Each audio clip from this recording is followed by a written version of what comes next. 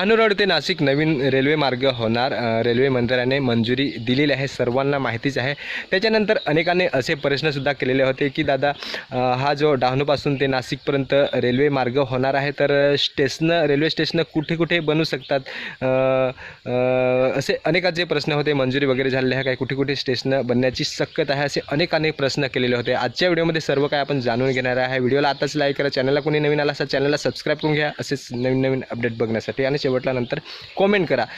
हा जो मित्रांनो नवीन रेल्वे मार्ग होणार आहे डहाणू, आपल्या डहाणूपासून म्हणजे वाणगावपासून ते नाशिक त्र्यंबकेश्वर वणीपर्यंत बनणार आहे। तर कमीत कमी हा 100 किलोमीटरच्या वरती रेल्वे मार्ग आहे, 120 पर्यंत जाऊ शकतो। तर हा नवीन रेल्वे होणार आहे। अनेकांचा विरोधसुद्धा आहे, ज्यांच्या शेतातून जमीन वगैरे ही जाणार आहे ना, तर ते विरोध करणारच।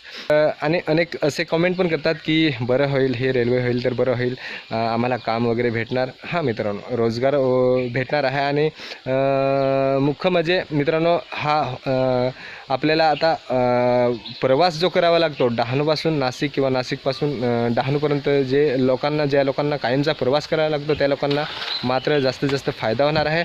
आणि कामं वगैरे भेटत नाही ना तिकडच्या लोकांना रोजगार वगैरे भेटेल। तर आपल्याला डहाणूपासून जर नाशिक किंवा नाशिकपासून डहाणूला यायचं असेल तर आपल्याला ST बसने सध्या आपल्याला 4 तासाच्या वरतीच म्हणजे 5 तासाच्या आसपास आपल्याला प्रवास गाठावा लागतो, तेव्हा आपण पोहोचू शकतो।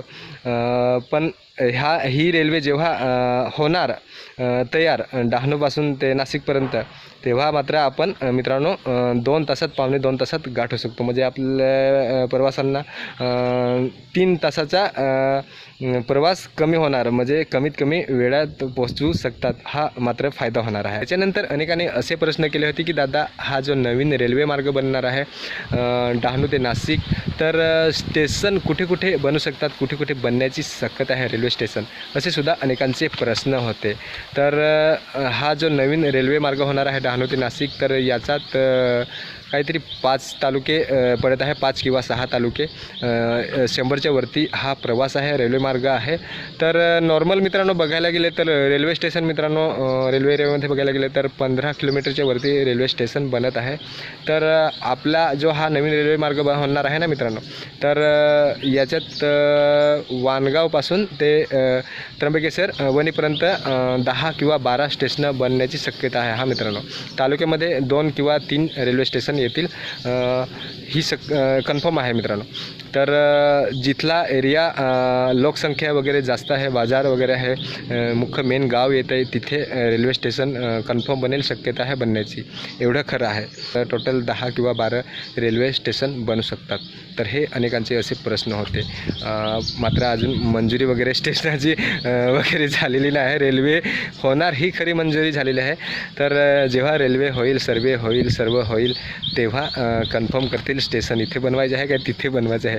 मी फक्त मित्रांनो ज्यांची कमेंट येतात त्यांच्यासाठी हा असा व्हिडिओ बनवलेला आहे। अजून मात्र मंजुरी वगैरे झालेली नाही आहे की इथे स्टेशन बनेल तिथे स्टेशन बनेल, फक्त मंजुरी रेल्वे बनणार आहे याची झालेली आहे। जेव्हा रेल्वे होईल, सर्व होऊन झाल्यानंतर स्टेशन कुठे बनवायचे, काय बनवायचे हे सर्व सरकारच्या हातात आहे। तुम्हाला व्हिडिओ आवडल्यास नक्कीच लाईक करा, चॅनलला सबस्क्राईब करून घ्या। पुन्हा एखाद्या नवीन व्हिडिओमध्ये भेटूया। Bye bye.